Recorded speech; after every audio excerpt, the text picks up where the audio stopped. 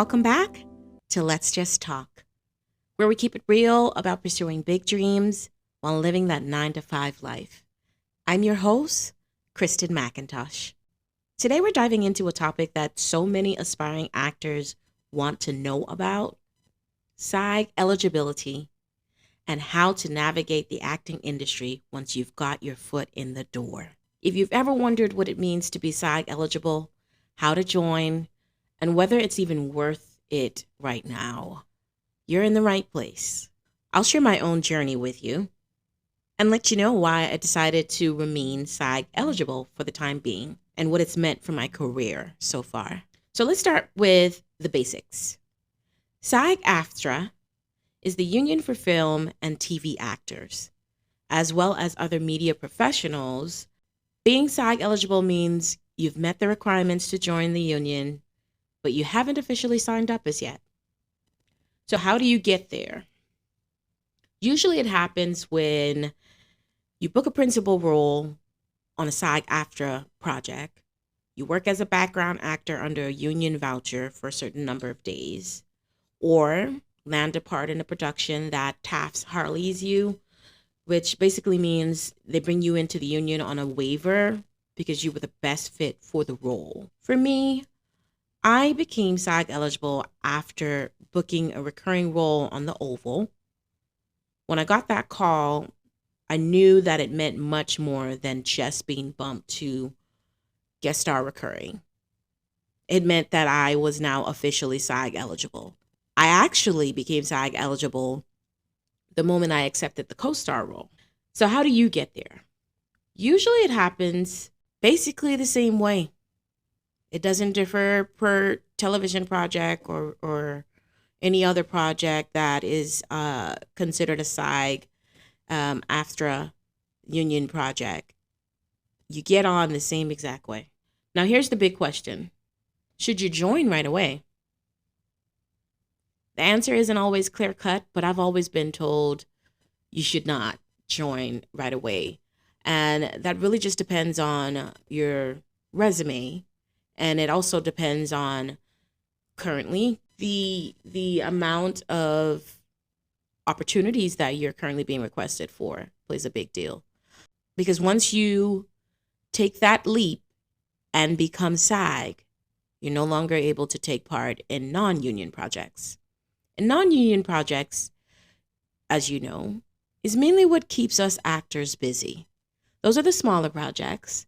And sometimes they have the potential to become SAG. Being a part of the union, it's a great credential to have. It's an achievement. It speaks to your craft. It speaks to the quality of your craft. And it speaks to where you're at in your acting journey, your creative journey. Being a part of the union comes with amazing benefits, like better pay, healthcare, pension plans, and protection on set, of course. But it also comes with a bit of challenges. You know, once you join, you can't work on non-union projects, as I mentioned, which can limit your opportunities if you're just starting out.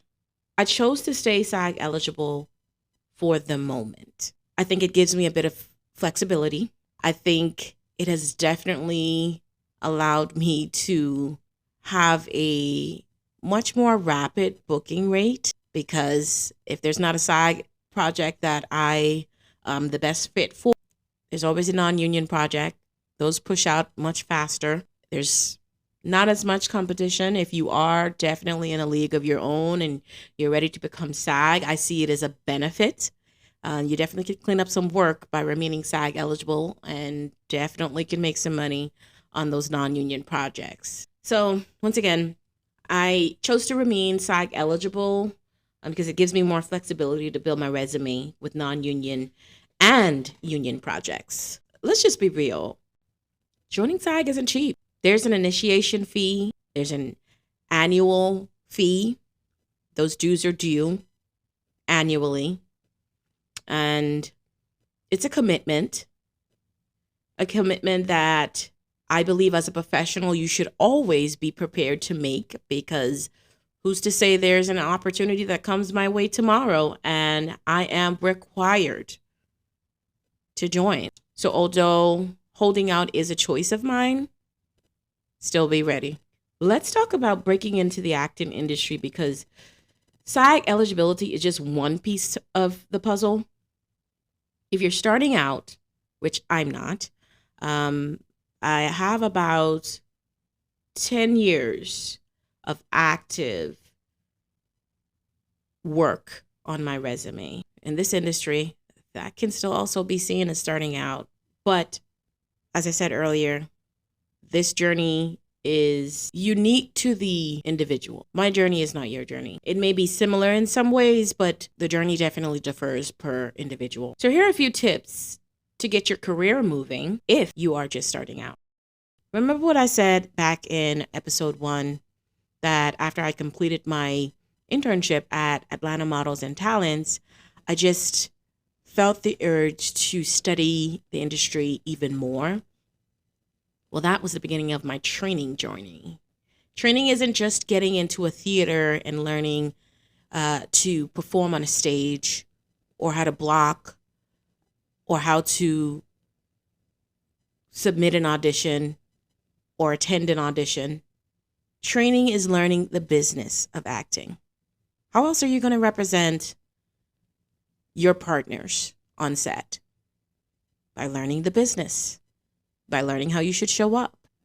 It also helps you figure out how to get partnership, or the best partnership for you. Acting classes are key, and acting classes is crucial to your survival in this industry. I hear a lot of people who have never, ever gotten in front of a camera or auditioned for a role describe what they think acting is. And most of the time, their definition is wrong. I mean, they get a gist of what it is, but I don't necessarily think that they understand exactly how to give what they're explaining. You'll hear a lot of terminologies used when it comes to acting, and it's for your best interest that you've taken training to understand how to perform some of these terminologies, or understand some of these terminologies. Training is important. It's ongoing. It never stops. And once again, this is also something that is unique to the individual. I started off with group classes and group training sessions, but then I shortly after realized, I think I work much better in more of an intensive workshop, more of an intimate setting. And it's a bit more of an investment, but it's worth it.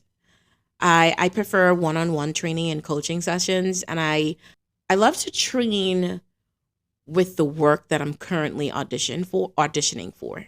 Because if I didn't get the role, I want to know the opportunities that I missed, so that the next time I get an opportunity, maybe from that casting director, or maybe for the same role type, I would have at least trained to take on that part better the next time.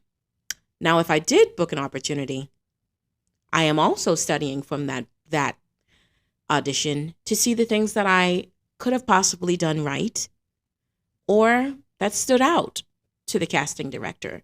And sometimes you may never know what you did that stood out and made them choose you, but at least you can be consistent with the quality of work that you perform for that individual casting director.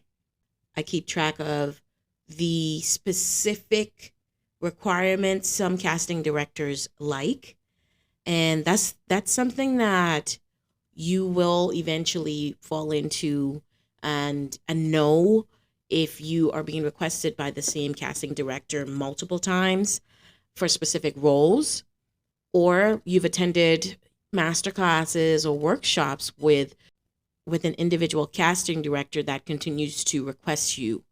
I take notes in those workshops and I incorporate them into my auditions.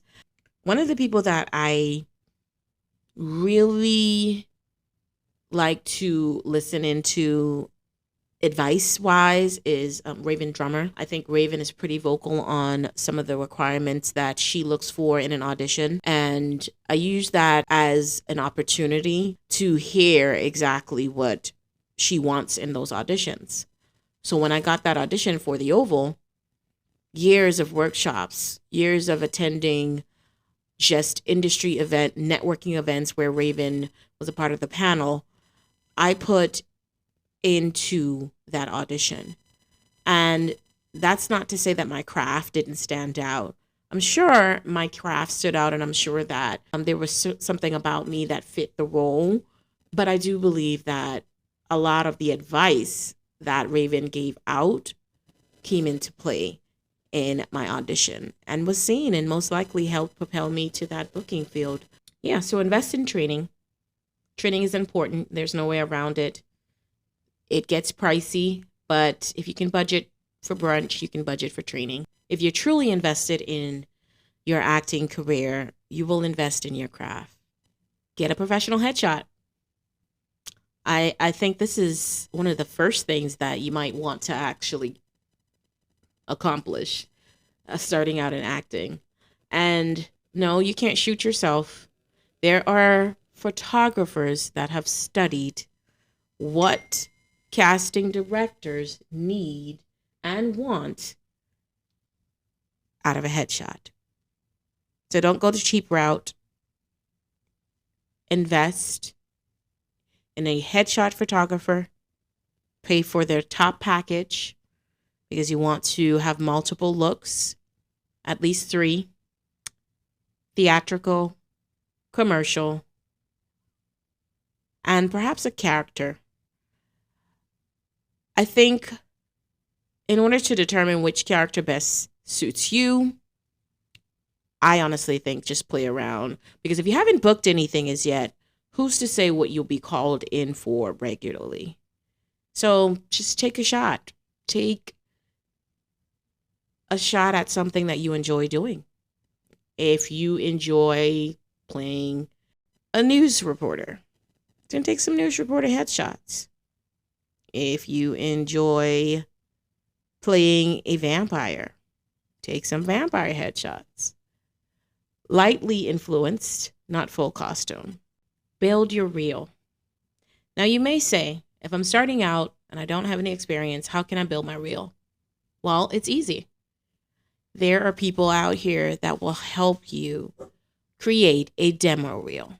No, you can't shoot this on your iPhone unless you've went to film school and you can edit it professionally. Just make sure that whatever clip you're using for your demo reel displays your craft and your craft only. Network. Of course, you want to get out there and attend industry events so that you can hear exactly what trends and projections that the industry is currently having. You want to meet people in the same industry. Find out where everyone's studying at. You'd like to find out what intensive classes everyone's doing. And you definitely want to make friends in this industry because you're going to need a reader. Trust me, this comes in handy no matter what stage you're in your acting career. And last but not least, be patient, but still be persistent. This industry can be tough, but resilience is going to be your best friend.